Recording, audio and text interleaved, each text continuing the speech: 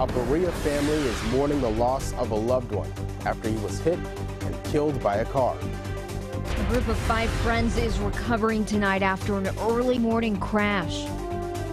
And a busy Lexington road is scheduled to reopen tomorrow. We'll talk to people living in the area.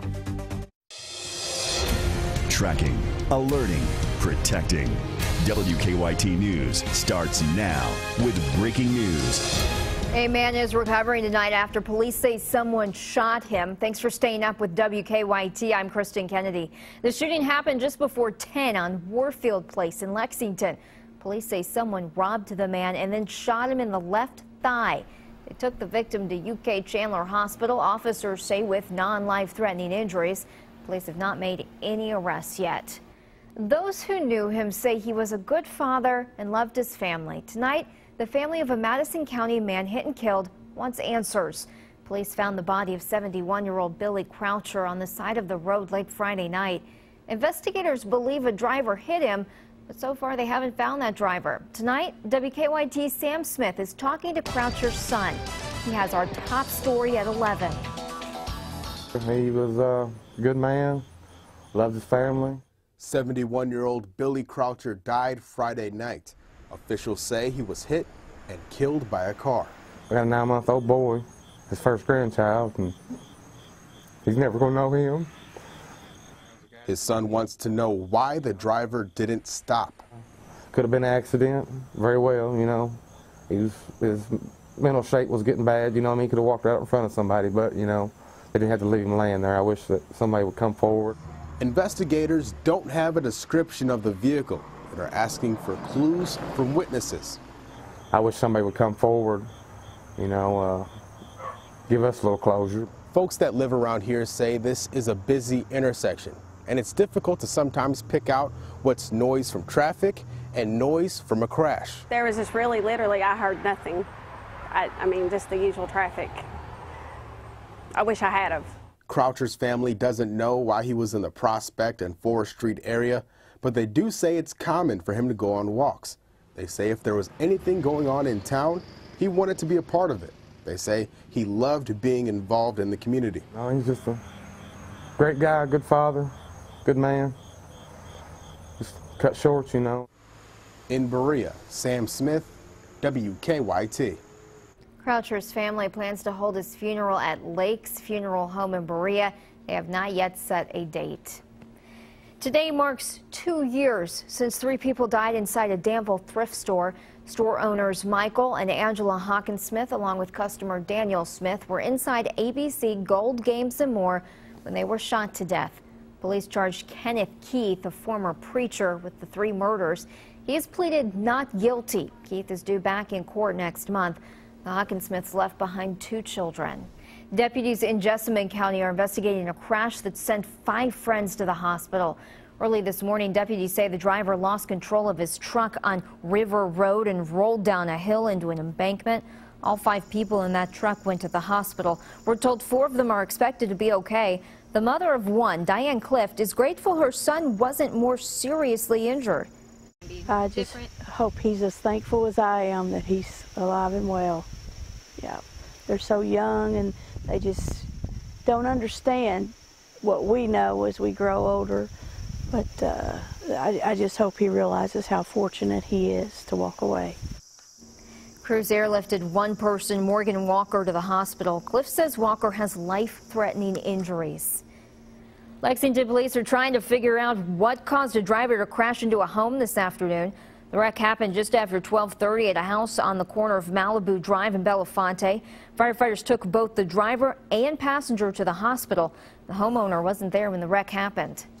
My girlfriend, she was coming from Nicholsville Road, and she called me and she said, I think somebody has driven through your garage.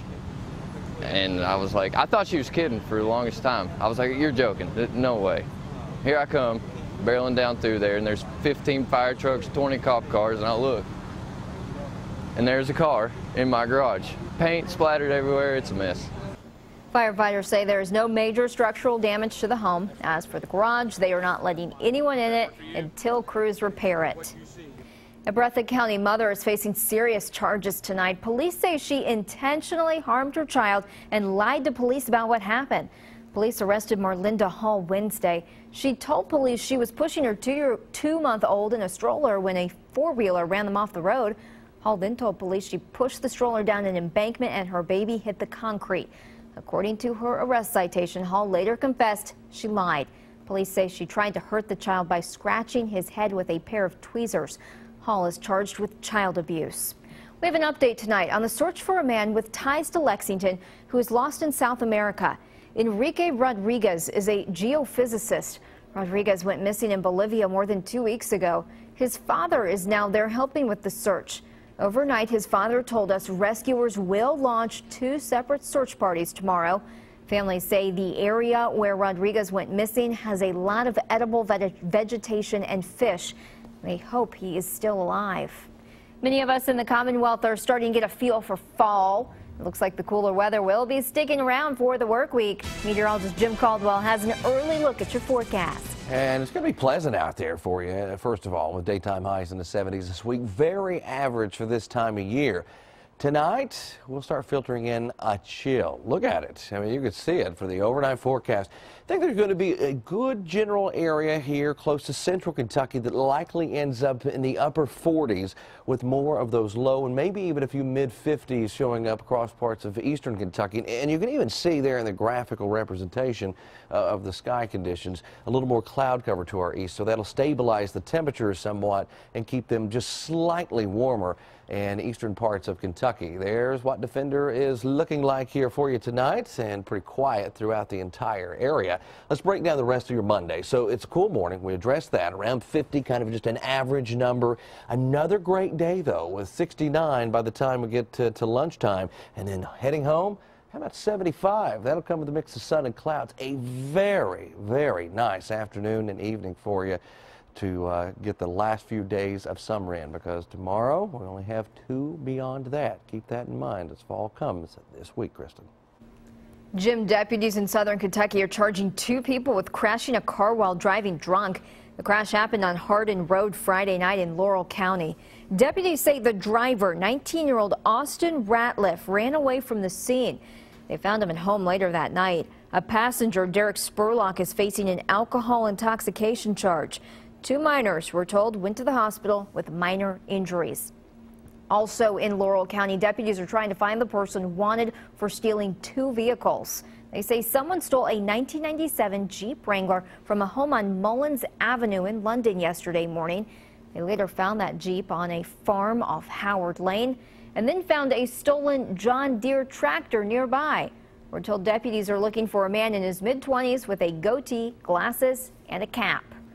Drivers traveling around the west side of Lexington tomorrow will find the commute a lot easier. Crews have finished construction on Citation Boulevard. The road is scheduled to officially reopen at 3 o'clock Monday. People who live in the area say traffic congestion should subside.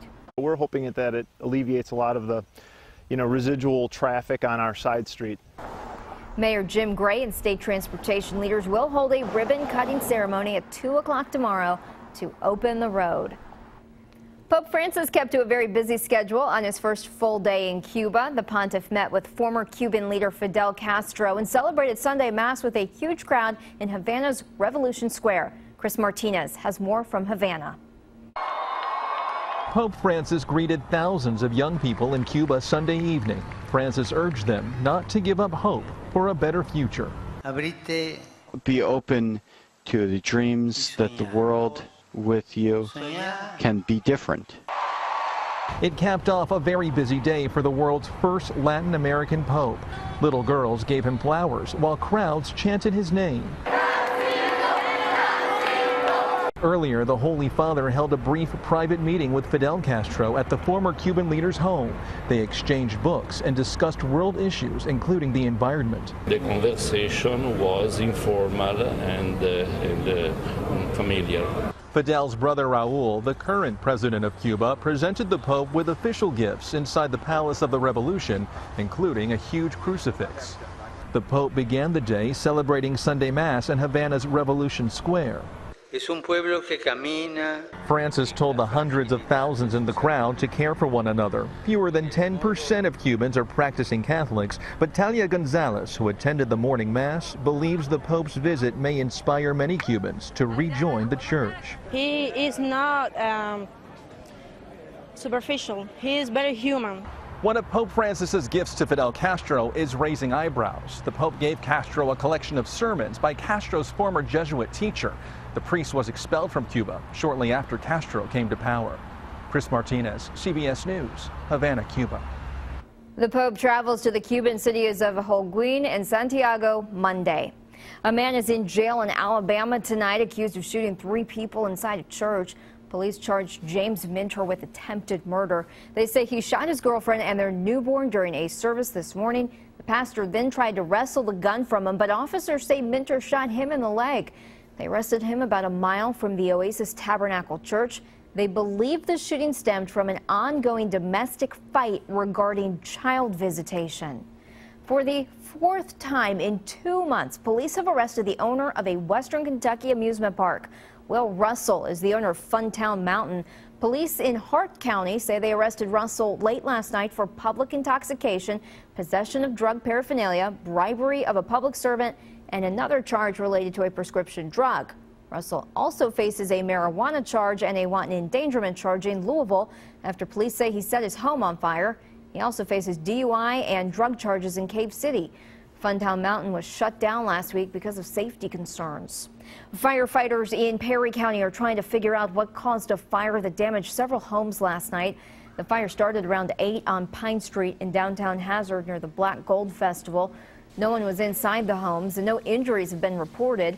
Firefighters say the fire spread through 3 buildings on Pine Street. This comes just less than a month after another fire destroyed the Grand Hotel building on Main Street. Thousands from across the Commonwealth were in Madison County eating a Kentucky delicacy this weekend at Berea's annual Spoon Bread Festival. Organizers say it takes about a week to bake all the spoon bread for the festival and even longer to prepare for the big event. It's very soft and light. It's not something you can pick up. You have to eat it with a spoon. And you're going to either eat it with butter or you're going to eat it with honey. About 60,000 people attended this year's festival. A group of motorcyclists in Lexington served up burgers today for a good cause. The group hosted the 17th annual Burgers and Bikes event at the Man of War Harley-Davidson. The proceeds benefited God's Pantry Food Bank in Lexington. Organizers say in the last 17 years, they've given out more than 1 million meals to families in Kentucky. Harley Riders of the Man of War Harley Group is a wonderful group, and they really like to give. And this is the easy way to have a whole lot of fun, but actually put some food on the table of kids that really need it. The event also featured a bike show with 125 different bikes, prizes, a raffle, and a silent auction.